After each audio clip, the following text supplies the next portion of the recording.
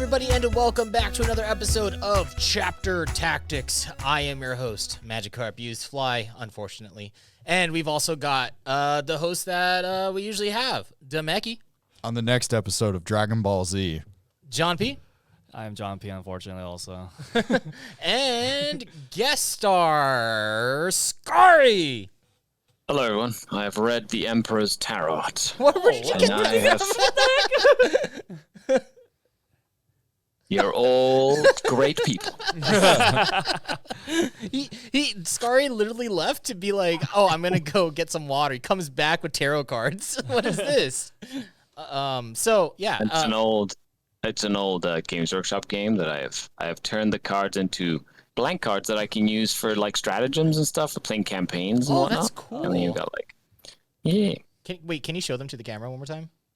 Absolutely, I can show them to camera. Yeah. It's like a Warhammer card game from like way back in the day. Did like this, and then I put a painter's tape on the other side so I can write on them. Oh, dude, that's cool. Nice. Yeah, just so we pretty can have sick. like some cool cards for like Yeah. stratagems and I don't know, some cool like. I play. This is a competitive podcast, but I also play narrative games. As anathema as that might sound to a lot of people who listen to the show. But you What's can have narrative? fun. I don't know what that is. You can have fun while playing a game about toy soldiers. That's impossible. No way. Impossible, not allowed. Yeah. However, I will say this now before we get into the topic, and I'll say this a lot. If you want to play games competitively, A, you have to play a lot of games, and B, if you want to get creative and good, play some wacky missions. Oh, yeah. And narrative games. Use your competitive list, but like play wacky missions with your friends, like the open war cards, literally. Just randomly draw a mission, deployment, and put your army into situations that they would never be normally, and see how creative you can be to like get out of a crazy situation. I really miss playing what is it? The game that you played in 40K where you would draw your objectives. Drunken Commander is what we used to call it. Yeah. What's it officially called? Oh, you're talking about Maelstrom. Oh yeah, War? Maelstrom of War. Maelstrom Yeah, of War. that's how we started playing. Remember? Yeah. Yes. Those were fun. Those were fun times. I was like, oh, I gotta assassinate? Okay. Here we go. You should have brought a sniper weapon of some sort. See, it's right. all about balance. Yeah. Fine balance. So for this episode, we are gonna go over the Tyranids portion of the Octarius book that came out. What's this called? Warzone Octarius Rising Tide, Book 1. We did not go over this, which makes me very upset because I love Tyranids. Tyranids are my favorite army. It's what I started out with. And ever since this dropped, my lord, it has been so good. I love it. I love everything about it. And recently, even Art of War came out with a tier list talking about the different armies, and they placed Tyranids as an S tier faction. Now, being an S tier faction, I don't know if that is 100% true or not. I definitely think that they are like high A tier at the very least, but they definitely have a lot of stuff that you can work with in order to make them very good. They can definitely punch upwards against the armies that are out right now. So that's what we're going to be talking about, and I'm very excited. Have you guys read the book? Do you guys know anything about I've heard Tyranid some stuff? I've heard some whispers in the wind from like little birdies of just all the neat stuff. There's a lot of cool combos. Yeah. And there's a lot of tricks that Nits can do. It's definitely they're staying true to their thing of like being a high skill floor, like finesse kind of army, which is neat. Yeah. You know? Yeah. Skari, have you read through the book? Yes, yeah, I was. Not only have I read through the book, I actually had a teammate play with the book or aspects of the book this weekend at the Beer and Pretzels team tournament. So okay. Dustin had his Juicy the Cult Tyranid list, and it did fantastically this weekend. So I got to learn about a lot of the cool little interactions within that book that elevate that Tyranid force to like a force to be reckoned with on the table. Okay, all right. I would love to hear more about that. That sounds really interesting, seeing the souping that you can do with GSC and Tyranids and how that synergy takes place there. because Mm-hmm. I'm always looking to help out the Hive Bros out there. The Hive Bros. Spice up your list. Yeah. We do not have a Did You Know today. However, this show is brought to you by FrontlineGaming.org, where you can get amazing game mats for not just your 40K games, but almost any tabletop game out there. Purchase miniatures at a discount and join some of the largest 40K events in the industry. They also have the largest 40K podcasting network in the business with shows like Signals from the Frontline, Chapter Tactics, which you're listening to right now, Grim After Dark, and so much more. That is frontlinegaming.org, or you can click on the link in the description of this podcast and all the social media goodies. I believe that Grim After Dark just put up an episode where they interviewed Adrian from Tabletop Titans. So if you guys like that, go check that out and listen to that. It's a good listen. Yeah. Now, let's break down this Tyranids book. We're not going to go over everything, but we are going to go over, I guess, like what makes Tyranids so strong. And I think the first thing that we need to talk about here are going to be the Hive Guard. Hive Guard were definitely they were kind of like the backbone of Tyranids. One would say that Forge World was also a backbone for Tyranids for a while. You definitely needed your Demas, you needed your Barbed Hierodules, even sometimes your Harridans in order to make up for the stuff that Tyranids didn't have access to. But Hive Guard were always a staple inside of the army. A lot of competitive people really like Hive Guard because of their artillery shooting. And now they're just so much more lethal with the new Leviathan supplement inside of this book. I guess we can kick it on over to Skari to talk about Hive Guard a little bit here. Well, Hive Guard have definitely been something popular in Tyranid books forever. At least 6 Hive Guard. Like you'd see a Tyranid army, and it would start with a Neurithrope, 3 River Swarms, 6 Hive Guards, and an Exocrine. That seemed to be like the main Chronos, right? Yeah. Because you had Symbiostorm, and you could get the Hive Guard to be more efficient. The addition of all the stratagems from the what is it, the Blood of Ball. The Blood of Ball, there you go. Yeah. From all the Blood of Ball kind of elevated Exocrines to a little bit of a higher standard with being able to move and then use a stratagem to counter stationary, to then double shoot with them, get the +1 hit. A whole bunch of stuff that kind of has slowly elevated Tyranids to a point where they could compete. They weren't terrible, but they weren't the best either. Yeah. Now, what this supplement does with Hiveguard specifically is give them the ability to be very efficient and killy, which brings them to par with other units in different armies that do the exact same thing but differently. Like witches, hyper efficient, go in, murder whatever they touch in close combat. Incubi, same thing. Adeptus Mechanicus, Ranger Squad shooting at something, right? It's going to essentially nuke what it's shooting at. And it's nice that they have this unit that can now do that with the synaptic links, which we'll kind of touch on. There's a variety of different ones. There's some that have kind of come up to the forefront of being the best, right? Yeah. But using some of them, as well as using the ability to shoot out of line of sight, which is incredibly powerful now that obscuring is becoming more apparent and player place terrain is becoming more frequent as well, giving you the ability to put that ruin with your Hive Guard or multiple Hive Guard units in the precise location you need in your deployment zone to have the biggest impact on the game. So that combination of things has elevated Hive Guard from, Hive Guard to how many Hive Guard? Yeah, right. Yeah. 12, 18? Yeah, we went from a freebooters meta of being very afraid of artillery weaponry, and guess what? Tyranids are here, and they're doing the same thing with their Hive Guard. And Hive Guard are actually like one of the units that are probably the most efficient when it comes to Tyranids. It's always been one of the most efficient. Next one would be Exocrine. Exocrine was even more efficient. But in this book, they changed the wording of Symbiostorm.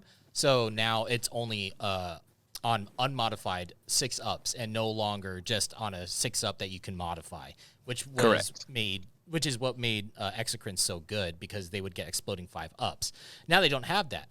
But It goes both ways. Yeah. To be honest, unmodified 6s is just, even with an Exocrine, is good because it's just better all around, in my opinion. Yeah, because it's still an explosion. Yeah. It's still extra hits. Explosions are cool. It's just that with an Exocrine with a 5-up, it would statistically always get more shots than the 12 that it would originally shoot. So that was always cool. But now with Hiveguard, you get to see them in Leviathan, where with Chapter Master rerolls, you can have one unit in Leviathan, one unit in Chronos. The one in Leviathan gets reroll everything, and then they could still get exploding 6s. And then you have Hiveguard and Chronos that get +1 to hit, and then rerolling 1s because it's Chronos, and then they could still also get exploding 6s. So having 2 artillery units with exploding 6s, almost like always guaranteed that they're going to hit almost all their shots. That's insane. What do you think? What do you guys think about that? I'm jelly. PBCs don't hit that hard. Yeah. So you're starting with 12 shots. You're ending up with more hits. Yeah. Was it like 10? And then you've got the shoot twice. Yeah, so shoot don't forget twice. that either. Yeah, because they're infantry. I think one of the biggest things that people forget about is that you don't get a bonus to your cover save. Yeah. Which is like the biggest thing that like the biggest counter to artillery is standing in terrain to get that +1 your save. You don't get that with Hiveguard, so oof. Yeah. Which makes that AP Yeah. two Yeah, it's a lot AP2, more right? dangerous, Yeah, it's right? Exactly. AP2, Yeah. yeah. Is there a Yeah. way to increase the AP to AP3? There is. yes. Yes. Oh, yeah. yeah. We'll talk about that later. What's the strength on it? It's strength 8. Strength 8, and it's D3 damage, right? D3 damage. Correct. Okay. Yeah. That is correct. Not as scary for Yeah, Death but- Guard. Well, Yeah. that's where the Malanthrope comes in. Or the Because, Maliceptor. The Maliceptor. yeah, Maliceptor. My Yeah. apology. Malanthrope. Maliceptor comes in with its synaptic link, which allows you to re-roll the damage roll. So it's Right. D3 with a re-roll, which is a lot more reliable than just straight up D3. Yep. And then on top of that, 6s to wound is also an additional AP, I believe, for the Maliceptor. Which is huge. So Yeah. you're looking at possibly AP3, D3 damage with a reroll. Yeah. Which is that's pretty good. That's really good. The only I'm going to go on a limb here and say you don't need 18. Okay? Like, Oh, you yeah. do not Yeah. need 18 of them no at all. No. I mean, like 18, like each one is still like 200. What I think like a group of 6 is like 270 points or something still. So running 18, that's a lot. 2 is I think is fine, 12. but there's a lot of stuff in here that's still really really good that you can play around with. And it's about the same price. 270 is about the same price as 3 rocket trucks. Yeah. Yeah. But not as durable because they don't have ramshackle. Yeah. Yeah. Yeah, and they're T5. Just ignore AP 1 and 2 if you give them. Yeah. You can give them enhanced resistance, which is from the Blood of Baal. Then they'll book. murder the rocket trucks because the rocket trucks are, well, unless they're in speed wall, and that's a whole other issue. Yeah, that's a whole nother thing. The one thing I will say is that before you would run your Hive Guard with enhanced resistance as an adaptive phys to ignore AP1 and AP2. But because now the Warlord traits are so good, you're probably going to take one of the Warlord traits, so you can actually only have one adaptive physiology. So taking 2 Hive Guard can also be kind of a problem because one of them is going to have ignore AP 1 and 2, and the other one's going to be like left in the dirt if there is something that can just like wipe them off the board because they're not very tanky. Correct. Yeah. What can you how would you kill Hive Guard, Demeki? You've played against Tyranids a lot. Like how do you deal with Hive Well, it Guard? depends on the army, but if I had my Death Guard, it would definitely be my Plague Burst Crawlers. yeah. You fight mortars with mortars. But that Especially with the 3 damage CP, you know? Oh yeah. Yeah. Oh yeah. But see, that was against 1 unit of Hive Guards. Yeah. Now what about 2? No, I'm kidding. What about 3 units What of about Hive Guard? Yeah. I quit. Just take some more turns. Now, the next thing. Now we can gush about Hive Guard all we want, but there's so much more stuff in here that is very very interesting.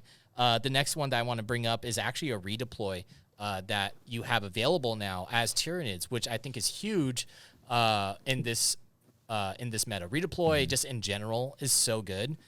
Seeing it with Tyranids is even better. This means that bringing like a 16-man blob of Gene Stealers is actually a safe-ish bet for you. Because not only can you redeploy them by moving them away, but you can also just put them into strategic reserves if you don't get turn 1. And I think that that's absolutely huge for Tyranids right now. The redeploy, how does it work as a stratagem? It is a relic, I believe. Ah, Or it's okay. a A warlord warlord trait. trait. It's Yeah. a warlord trait. Yeah, it's a warlord trait. So is it as many as you want, or is it like specific, like Cobble of the Poison Tongue, where you only get like 3 units? You select up to 2. 2. Okay, Yeah. that's Or pretty good. one non-infantry, right? Like, or is it just 2 units in general? It says select up to 2 Leviathan units from your Yeah, army. so it's just 2 units. Yeah, That's pretty good. Yeah, which is good. Yeah. You know. it's really good. Yeah, for Yeah. a warlord trait, I'd take that. Yeah. And then like now you can even double up on your war. I think that you can double up on your warlord traits right now Yep. with a Your warlord can have a second warlord trait as long as the second warlord trait is a Leviathan warlord trait. Yep. So you can run not only your chapter master rerolls, which is from a warlord trait, Yeah. but you can also give him or her or whatever the bugs want to be called. You can also give them the redeploy as well. Yeah. So Yeah, having redeploy with a unit of Gene Stealers, which you can just sling up the board, turn 1, Yeah, get that fat alpha strike. they don't care if they're Yeah. at the edge of the board; they're gonna get to you. Yeah, they're gonna get to you. Especially like you have the Gene Stealers up front, then you got the Hive Guard with the fire support coming Yeah. behind them, Yeah. and then See, and now. then more stuff we're gonna talk about. Yeah. So like the thing is that a lot of people will be like, oh, well, it's in Leviathan, so Gene Stealers actually don't move as fast, which is true. However, there is a new stratagem now for 2 CP where you can put them into a different detachment or like put them into a different hive fleet. So you can actually take them in Leviathan, spend 2 CP, have them change over to Kraken, and then get that 3d6 advancement drop and taking the highest. And then you could still double that advance roll as well with Gene Stealers. And there's just so much that you can do with them at that point where they can slingshot across the map, even if they're in Leviathan. Plus, they still get a 6-up feel no pain if they're around a synapse unit. What's cracking? Yeah, what's cracking, boys? It's cracking? I'm very here. good. What's it called? Skari, do you want to talk about Gene Stealers a little bit? Well, I think Gene Stealers have their value. You know, they're big, they're hard hitting. You know, they murder stuff. You don't really you don't really need them, but they're fantastic. Like Yeah, you they're can fun. use Devil Gaunts, you can use Swarm Lords to like move them doubly up the table. You know, the addition of exploding sixes, the ability to make them count as own forms of cover, for example, works really well with the Warlord trait. You know, you get the heavy cover, dense cover, light cover, so they're a little bit more survivable as they move the board.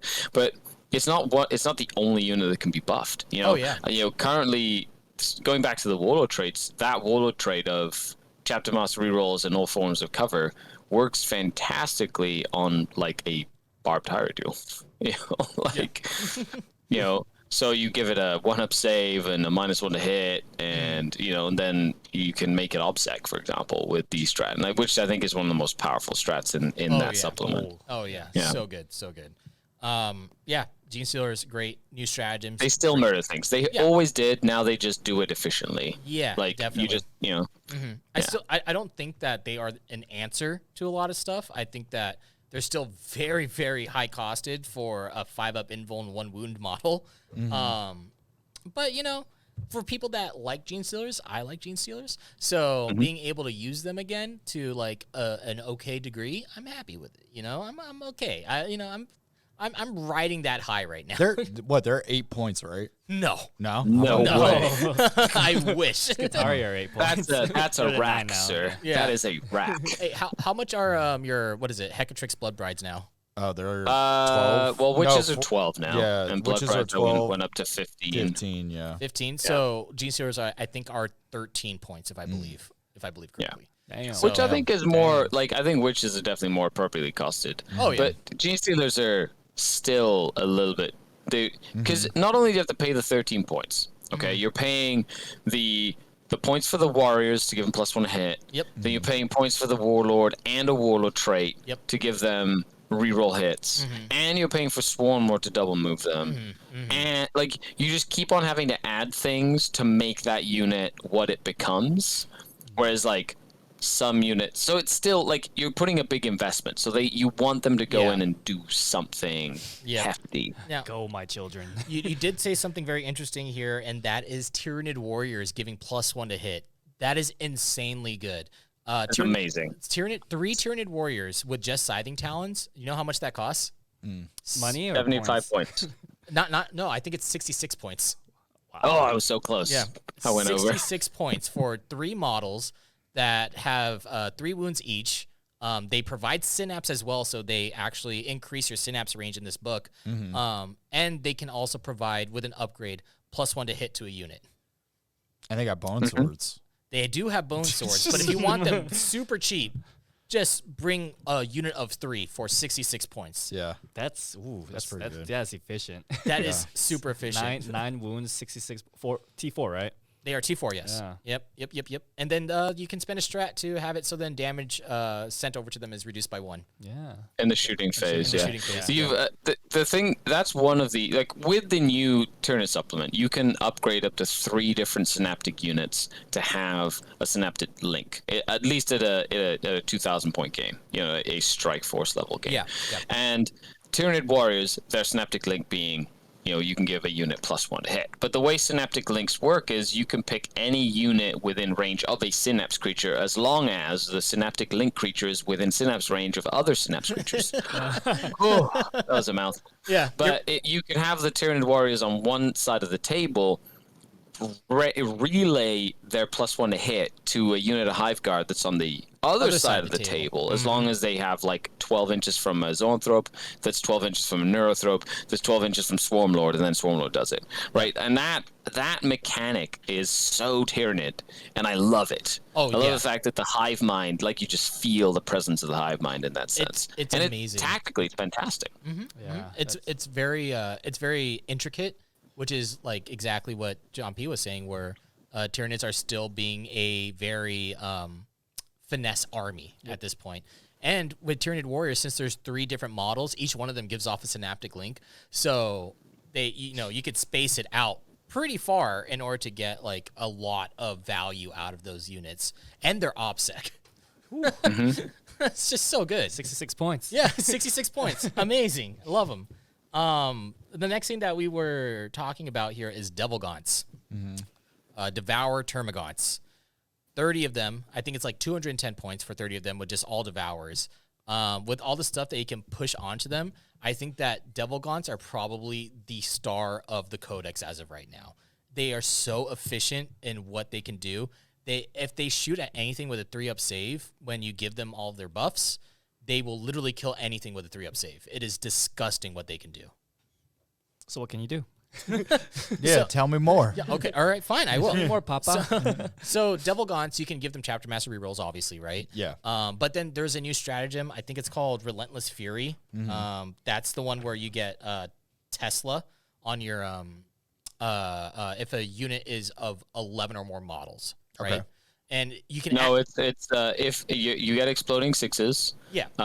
However, if it's 11 or more, you get twice exploding 6s. Yeah. You get Tesla on it, right? Yeah, so it goes up to 3 hits for every 6, essentially, with the 6 and 2 extra hits instead of 1. So you bring a big unit of 20 or 30 Devil Gaunts, and with reroll all misses, you can pick up anything that isn't a 6 and re-roll it, which is fantastic. It is fishing. Yeah, if you fish for that, you will kill anything that has a 3-up save. What's how many shots is that for 30? For 30, 90 shots. That's a lot. 90 shots. Plus, they can shoot twice. Yep, and they can shoot twice. So it's 180 shots. So it could be 180 shots. Rolling everything. Rerolling everything, and the Tesla is activated through the entire phase, I believe.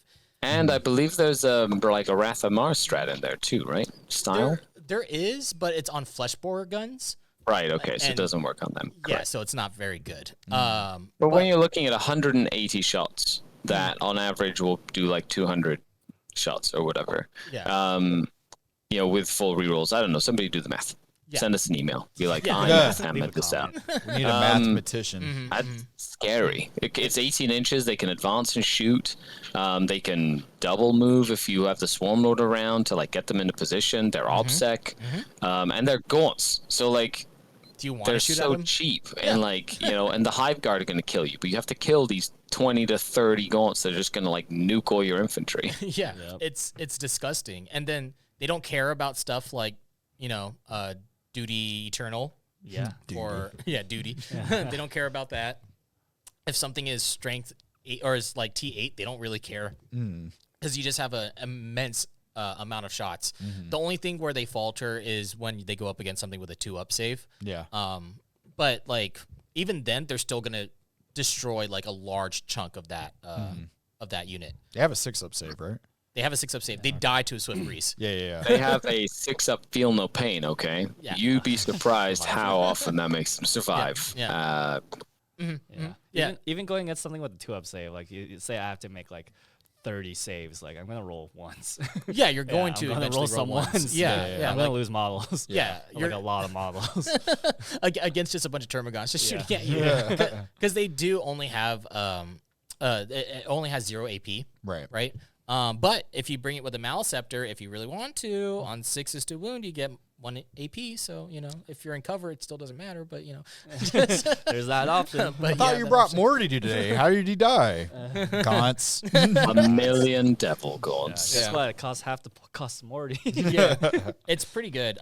We've talked about Chapter Master rerolls as well, but we don't have to go over that because it's just Chapter Master rerolls. Right. The fact that Tyranids have Chapter Master rerolls right now is insane to me. It is so good. So good. Let's see here. We talked about double exploding 6s. We talked about Tesla with Relentless Fury. This is the next stratagem that I want to talk about. This is a Hive Mind Imperative. This is the one where you can give a unit OPSEC or give a unit that has OPSEC double OPSEC. Skari, do you want to go into why this is so strong inside of this book? This happens in the command phase. Yeah. And that happens to be whenever you want in the command phase, which can be before you score your points. So you can literally have a unit on an objective or some sort of monster or whatever on an objective that has non-OPSEC models contesting it for you in the middle of a competitive game. And before you say, how many do I score? You can say, I'm going to give this unit OPSEC, and now I have this objective. It is incredibly powerful. Or you can get a unit like Gargoyles that flies around, or a unit of something that isn't normally OPSEC. Give them OPSEC, and then send them out to contest objectives and things, and disrupt the opponent's scoring. It's one of the most, if not the most powerful stratagem in this book in terms of winning games, because you need points to win games or to deny your opponent points. And you can do this with the stratagem, make it incredibly powerful. Oh, yeah, definitely. And then, what's even better, you can even use stuff like Sky Slasher Swarms, which no one really uses anymore. They only cost 45 points, but they move 12 inches or something. Same thing as Gargoyles. They're just cheaper, and then you just sling them up the board. If you have Swarmlord with you, you double move them as well. And this doesn't even have to be with these guys. You can use them on things like Hormagaunts or Termagants with pairing that up with something like Metabolic Overdrive.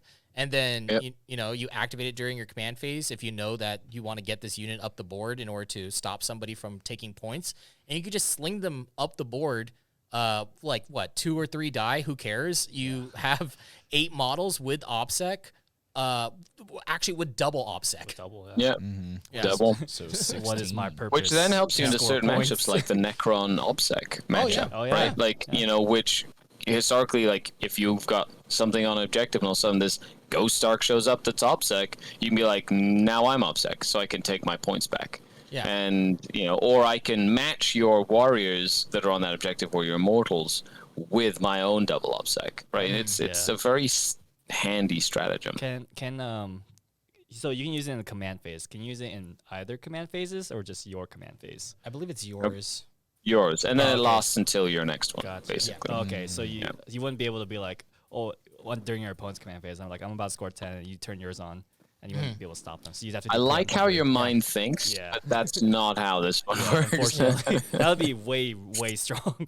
Also, I mean, before you know it, if stuff like this keeps up, they're gonna add the stack from Magic the Gathering into this game, and then everybody's gonna You get do super know we're confused. talking about Games Workshop, right? Just saying. now, to put the cherry on top for this stratagem, it also only costs 1 CP. Amazing. Yeah. Yep. Just 1 CP. On top Incredible. of that, the unit can still perform an action, and it can shoot without the action failing. That's just tied into the stratagem. It's at the very end. Yeah. It costs another CP for a lot of other. Yeah, no. So It's a double. 1 CP, double OPSEC, give something OPSEC, and if they can still shoot without without failing in action. Wow, So good. Broken. So good. that's great. It's broken. It is such a good stratagem, and I agree with Scar that is one of the most strongest things that you're. Yeah, dude, imagine you could just. Do Oh, that with I your need my Hive Guard to do retrieve Octeris data and shoot because I've ran out of gaunts for Yeah. my last order. Oh, good thing I have 1 CP in the bank. As your opponent, I'm questioning why you didn't bring a lictor. Yeah. Hey, maybe you're just really good and killed all my lictors like you should. I love the Lictor. The Lictor is such a meme to me. Like it is the worst unit that like as far as data slates go, but man, is it efficient. Yeah, it is. one job rod. Yeah, it Not literally as holds the good army as a together. single Urgle, but that is for a different day. Let's see. Sorry. I was just looking at control of the swarm here. Does not have. No, that's not the one that I was looking at. The next one is a 1 CP strat for fearlessness, which is really good. I forgot what the name of it is. Do you guys know? What it's I called? think it's a strap where no matter where you are on the board, you're in what synapse? Is that it? Yeah, it's something like that. It might be Yeah. synaptic domination. I think that's what it's called. Mhm. Um, You count as being in the range of synapse if you're like half the way across the table. or exactly. something. Exactly. Yeah. Yeah. Which is really useful if you are sending a bunch of gene stealers out and then all of a sudden you want them to be in synapse. But that does more than one thing in Leviathan. You count as being like you're fearless and all this good stuff. So there's a lot of stuff that you can use out of that. Yeah, you're fearless, and then you also give off and then you also have a 6 of feel no pain. Oh wow. just because you're Leviathan, so it doesn't matter, which is funny. I want to go back. You know the Tesla weapon, or you know the exploding sixes? The exploding sixes. Yeah. Yeah. So the reason why I still don't think that Gene Stealers are very good is because specifically if it is a Gene Stealer unit, it costs 2 CP. Without it being a Gene Stealer unit, even if it's 11 or more models, it only costs 1 CP. Well, I mean, maybe that's in preparation for their card exchanges that are coming eventually. Yeah, no, it could be. Yeah. Yeah. But still, 1 CP for Tesla, like Yeah. that's Screw you in particular. Yeah, that's so disgusting. Another thing that I think is really good, especially against the current meta that we're in right now, with Grey Knights now becoming probably one of the top dog armies as of right now, is the fact that these are Tyranids. Tyranids hate Psychers, right? They already have Shadow in the Warp, okay? If you bring a Chronos attachment, you can make it so then they can only cast a power with only 1 dice. Another great thing, right? And now on top of that, they have the Void in the Warp for 1 CP, where if you fail a Deny the Witch test, you can do this, and then on a 4-up, the Deny the Witch test is successful. It passes. You get 2 tries. Yeah, so you have 2 tries to really screw over Psychers here, and I think that is just insane how much you can deny psychic abilities with Tyranids as of right now. That means that you're stopping things like Gate of Infinity. You're stopping things like Empiric Declamation. Amplification. Oh, yeah, Amplification. Yeah, Empiric Amplification. You're stopping a lot of really, really good psychic powers here with Tyranids. And then even if you go up against something like Thousand Suns, you're still denying more things than you were before, right? Yeah, I think in a competitive setting, being able to stop something like a Purifying Ritual would be really good, because that's just. Then again, they probably would not take that against a psychic heavy Tyranid army, because that would be probably not so good. Yeah, that'd be silly. It would be silly, but at the same time, they can cast it like multiple times on like different objectives. Such a good. We so can good. have a whole episode on why that's one of the really best good. secondaries in the It game. is, I don't think it's one of the best. I think that Psychic Ritual is the best. Like, it's so good. You might as well just write 15 points. I don't know. I mean, Stubborn Defiance is pretty good. Well, the thing about this is a tangent, but like, Tangent. Cheers for tangent. see, the thing about what is it, Psychic Ritual? Yeah. Is that it's supposed to offset Abhor the Witch, right? Yeah. But the thing is that when you're playing against Grey Knights, it's not certain that you're always going to get Abhor the Witch. You're going to max out Abhor the Witch. Yeah. Okay. So with that in mind, you're always going to max out Psychic Ritual. So it becomes a game of, can you beat me in points? And then you could just play KG, and that's what makes Psychic Ritual so strong in the meta right now. Yeah. It's so good. Yeah, screw your stubborn defiance. Yo, bro, here's my blob of Terminators, and I picked this. Come at me. I'm gonna stand Here's here. my 15 points. I get a +1 to my hit roll now. Only move me on 4s. so- Wait, go sorry. ahead, go Let's go ahead. back Yeah. to Purifying Ritual. Can you perform it while I'm on Yes. the objective with you? Yeah. You can just do it whenever. Yeah. Like, okay. Yep. Yep, Wow. it's good. Didn't even need to finish that sentence. Yeah. Yes. This Can guy you read do- my yes. mind. Yes, Yes. you can. Yes, you can. Purifying Ritual. You can get 6 points in a single turn Yeah. for doing it on 4 objectives. And the 4 objectives can have as many different enemy units as you want on them. And you And can you still can shoot. literally not score it for 3 turns, do it twice, and then get 12 points. Yeah, because Nice. like even Ridiculous. most armies, most other Space Marine armies bring like 1 librarian, and then like some and like. Well, I'm saying if somebody wanted to try to deny it, like they normally only have like 1 deny Yeah. a witch. Oh yeah, yeah. And then luckily with Grey Knights, Thousand Suns actually helps them out because no one brings librarians anymore because everyone's afraid of Wrath of Magnus. So it just makes Psychic Ritual more uncontested. And then on top of that, the warp cast for Psychic Ritual never increases. Yeah. It's always it's always on a 5. That's That's it's ridiculous. ridiculous. So talking about secondaries, Yeah, Tyranids. Tyranids. I like it. Turn in secondaries. Let's Yeah. go. So Tyranids have always had a problem with finding a third secondary. It's always been like they're amazing at getting rod. They're always going to get rod. I don't care who you are; they will get rod. It doesn't matter.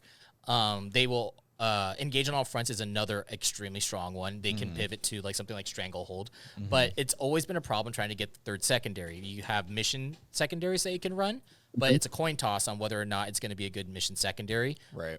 Or you're going to take something like I don't know, one- like what grind is them it? down or something. Or like, the psychic one in the middle. Was it Psychic Ritual or whatever? yeah. Warp Ritual. Warp Yeah, Ritual. that's not bad, especially if you have Swarm within your list. Yeah. Yep. Now with this book, I think that Warp Ritual secondaries for Tyranids actually becomes a lot more playable. Just because with it, with Zoanthropes have an ability where they can point at a Psyker that can then, whenever they cast a psychic power, they roll 3d6. You also have a new relic called a Void Crown, where you can do an action and still cast another psychic power without the action failing. And then on a 9 up, then that psychic whatever you're trying to cast can't be denied, right?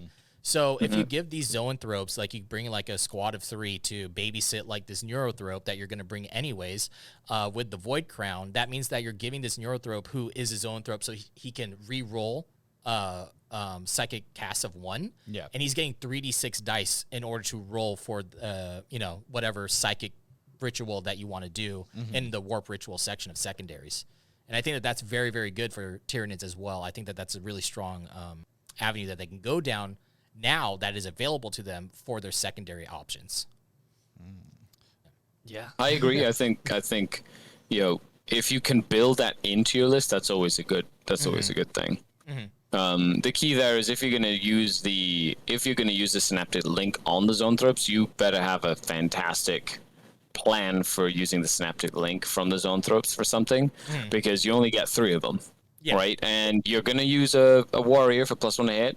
You might use a Maliceptor, and then, or maybe not. But you're definitely gonna be using potentially even a second warrior unit, depending on if you have more Hiveguard, right? Yeah. So like, Yeah, that's an up to you thing. And then their Zoanthropes and Neurothropes are also like surprisingly durable, right?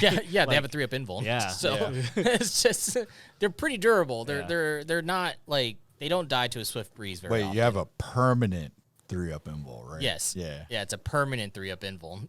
And they're infantry, Single so breach. they can do like actions, and they're like really annoying to deal with. Yeah. Believe me, I've played against 15 of them quite often. Yeah. Oh, and then they also have fly. But so they could just go through walls. They don't care.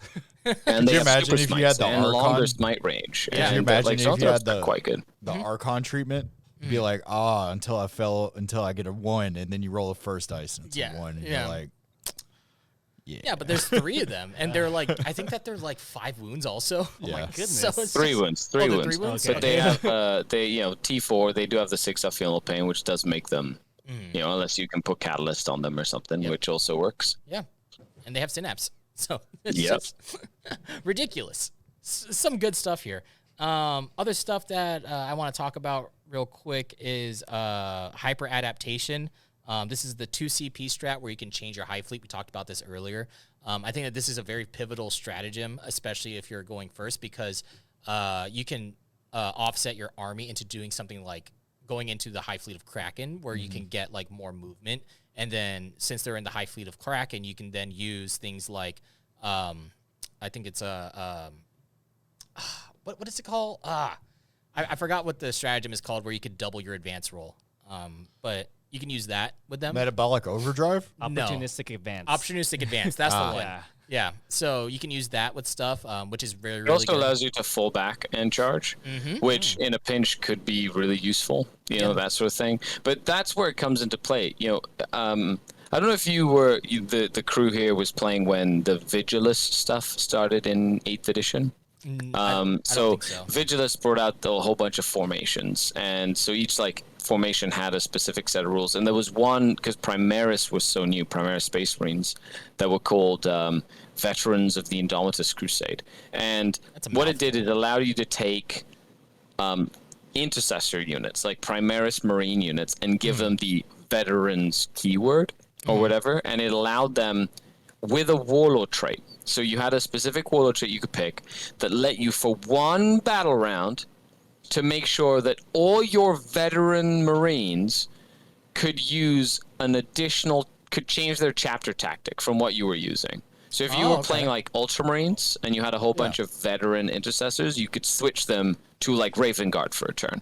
Or Iron Hands, or whatever. That's kind of like what Death Watch got in their new Army Renown. That's cool. Yeah. So, so it's really cool that Tyranids can do that, and it encourages you as a Tyranid player to really know what benefits you get from the different hive fleets, so that in a pinch, it's like having like a Swiss Army knife. You literally have a tool for every occasion if you find the occasion to use that tool in the game. Yeah. Right, and it's really strong. It can throw your opponent off completely. Yeah. The only problem is just that's 2 CP in order to do it, so that's kind of expensive. But Tyranids before, they used to have to rely on something, I think it was called Feeding Tendrils with Gene Stealers, where if they kill a character, they get CP back. That was like the only way that you could regen command points with Tyranids. But now we've got a new relic where you can do that too. So on a 5-up, it's basically a Korov's Aquila. On a 5-up, whenever your opponent does uses stratagem, you get CP back. So I feel like I'm on the Oprah show right now. You get a CP relic, and you get a CP relic, and you get a CP relic. hey, to be fair, Tyranids never had a CP relic, I'm right? just saying, It's I'm just just saying. it hurt. It hurt, okay? Tyranids use so much CP. and Yeah, then, like, we watched your games. You have like 0 CP on turn 2. yeah, it's The just only- it's ridiculous. The only thing that used to drive me crazy was back in 8th when Bricky was using his Imp Guard. Yeah. And he could get an infinite amount of CP back. Oh, until they changed the rules. Yeah, for it. until they changed the rules for it. Yeah. And then he was starting You with should have like a little 20 CP tracker when you already. do live streams where Yeah. you can have like, how many CP have I regenerated? And it can go up every time. Bing, bing. You know, you can have like a little confetti kind of fall down. Yeah. I say new rule. We just get rid of CP. Or no, you keep CP. We get rid of rolling to get CP back. And you just like, once you run out of CP, you just take a shot. Yeah. Yeah. I still think that if you want to, you can. I like the take a shot every time you want to do a reroll, but you can reroll as many times as you want. Oh, dude, I like that one too. That was fun. Why is he falling under the table? He really needed to make that charge roll. Why is he? No. Why is he in the table and it's broken in half? You need the charge roll. This poor guy. It was only a 6. Yeah. Another. I want to say though, go ahead. I had a question for all of you. Who do you think, other than Hiveguard, Tyranid Warriors, Gene Stealers, which are like the big winners, which unit are you most excited to see? For example, for yourself, what unit are you most excited to see when you play Tyranids? And for everybody else, what unit are you not excited to see? That's none of those that you think are going to be really annoying to deal with. Are you adding Devil Gaunts onto that also? Yeah. None of the ones that we talked about. Okay. I'm looking for dark horse options here. Haruspex. I want to see the Haruspex because it's a T8 monster.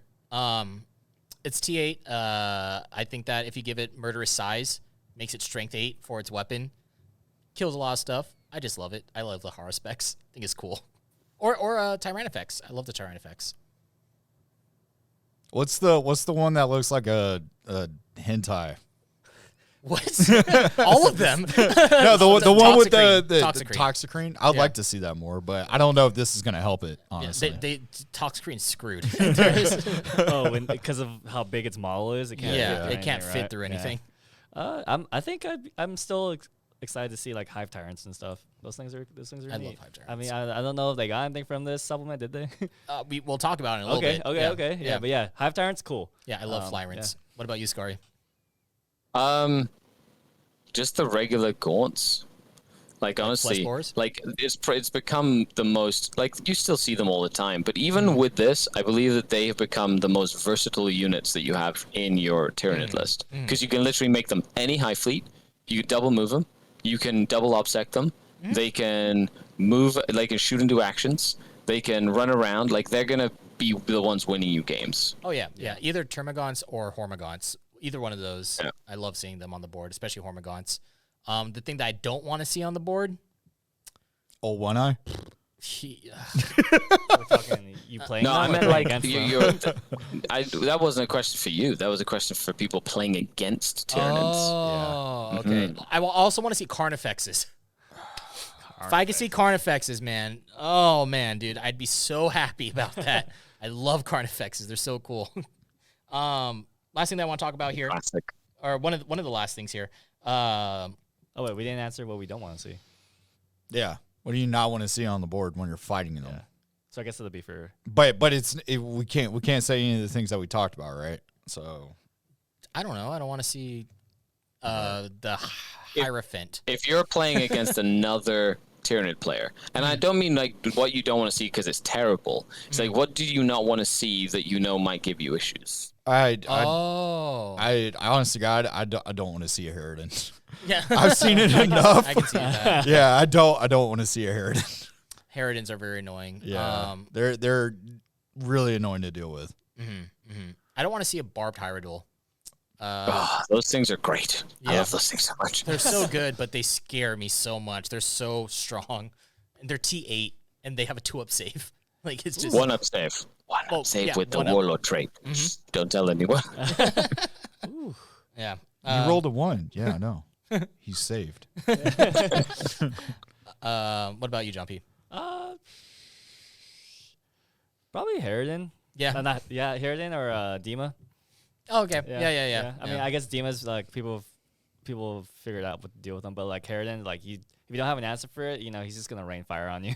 Yeah, he's just really annoying, and he's aircraft, and so he could just fall back. And he's Titanic, so he can fall back, shoot, and charge. Yeah, that's what makes T8. him so annoying is the fact that he can do that. Yeah, and then he can fly off the board if he kills something, and then come back next turn, so you can't interact with him.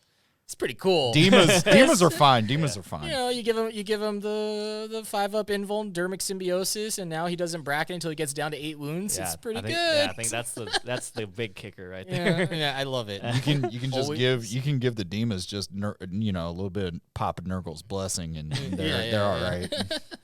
What about you, Skari? I'm gonna go off the cuff and say Gargoyles. Oh because they are super fast and they can be obsec now.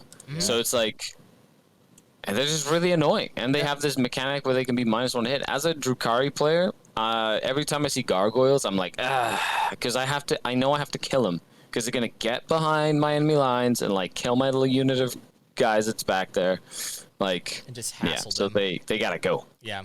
That was my favorite cartoon show growing up. I love Gargoyles. No, not on my table. Are Gargoyles infantry? No.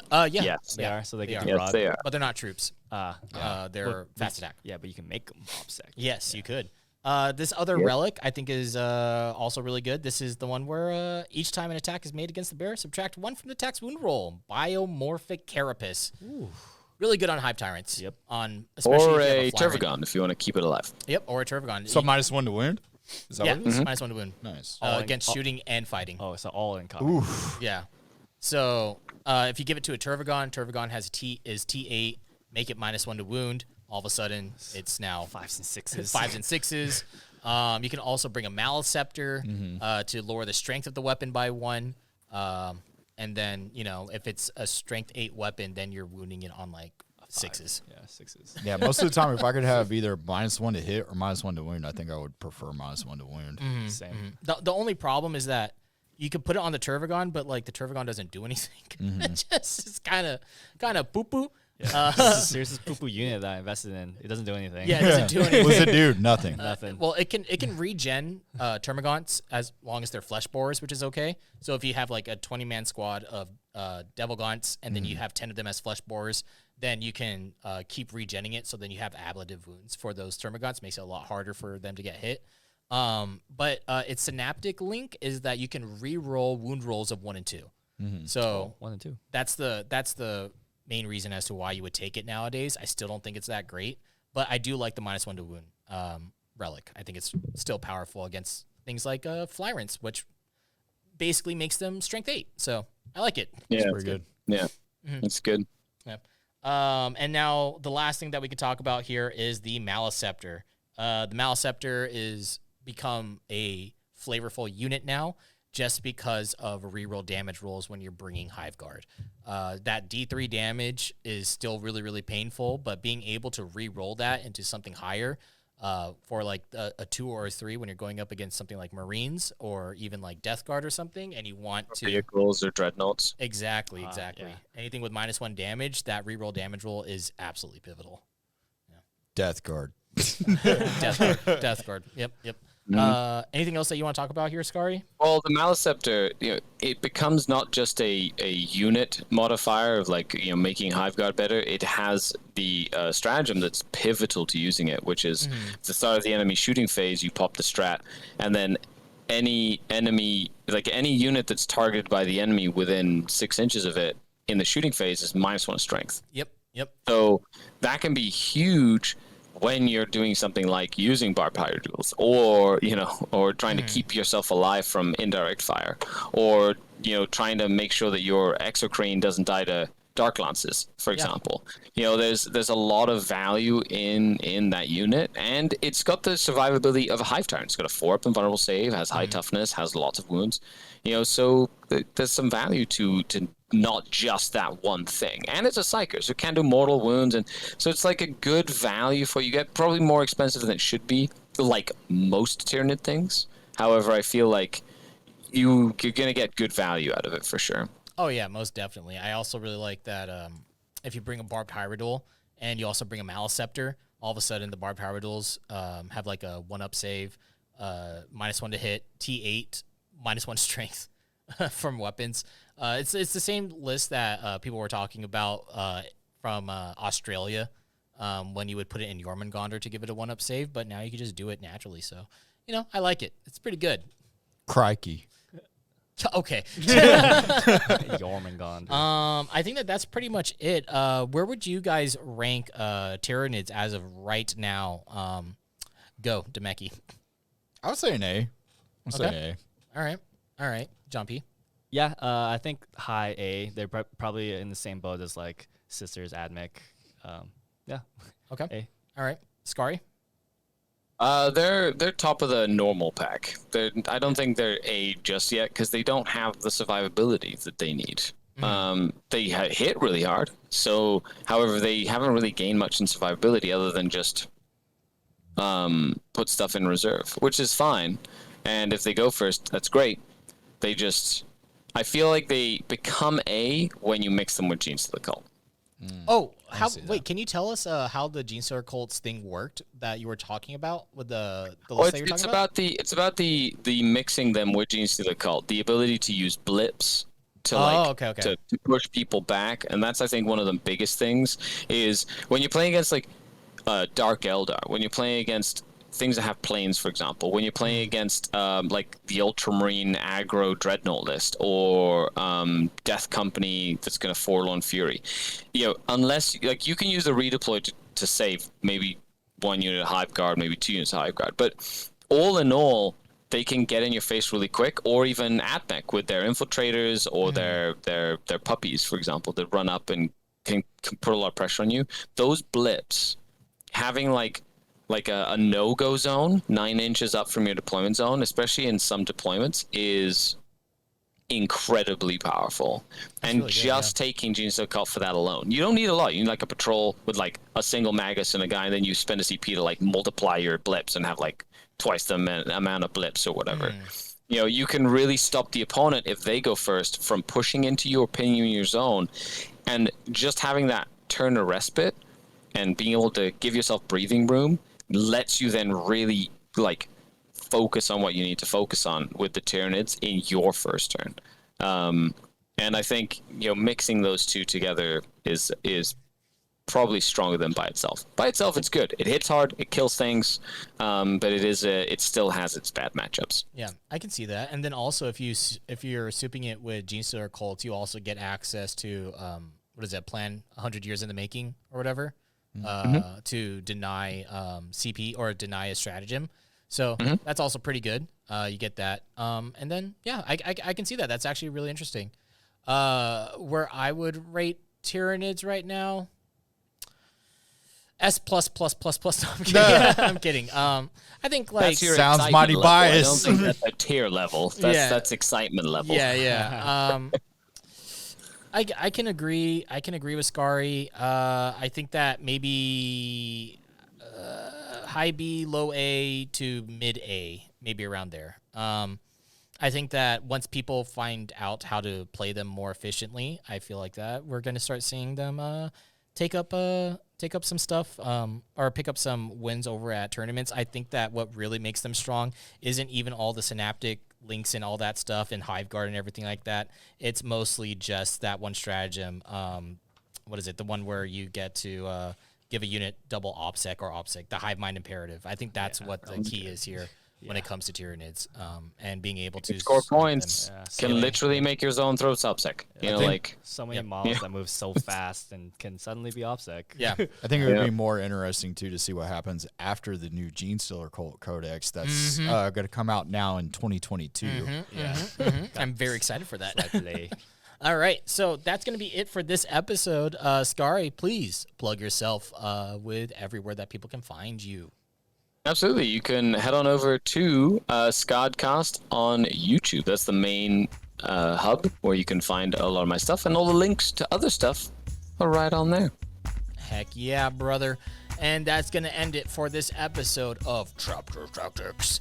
If you guys like it, make sure that you guys hit the thumbs up and make sure that you share it with your friends. Let us know in the comment section what you guys think about Tyranids, where you guys would place them, if you guys think that they're good, or if you guys think that they're bad. Let us know. Would love to hear your guys' opinions. And yeah, that's it. See you guys in the next one. Bye-bye. Bye. Bye. See y'all later.